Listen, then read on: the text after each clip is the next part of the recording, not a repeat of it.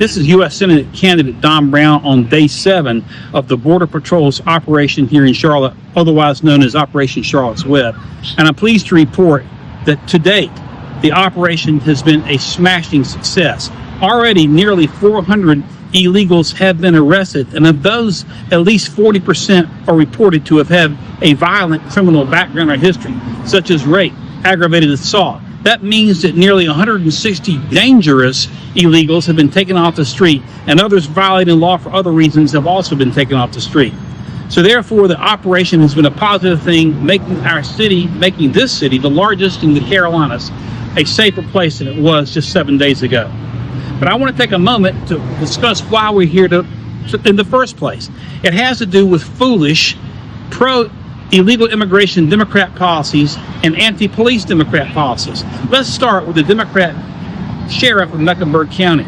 Over 1,400 ICE detainers, in other words, illegal people in the jail here in Charlotte, were turned out and released back into the streets by the Democrat sheriff of Mecklenburg County and not turned over to ICE officials. Democrat policy creating this. And then you have Joe Biden and this absolutely insane decision to open the southern border wide open for 4 years. What did that do? Not only did it bring hundreds of thousands of people illegally into this country, in fact, most of who we have no clue who they are, but we know this also. It created a massive fentanyl illegal drug trade with illegals, bringing fentanyl across the border. Remember, we lost more Americans in 1 year to fentanyl than in 10 years to the Vietnam War.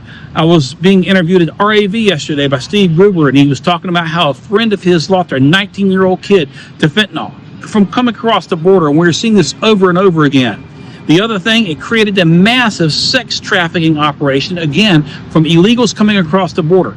So President Trump had no choice but to attack the problem with brave border control agents here in this operation. I also want to call out the Democrat governor of North Carolina, Josh Stein, for his unbelievable, irresponsible rhetoric, which is putting Border Patrol and federal agents' lives potentially in danger.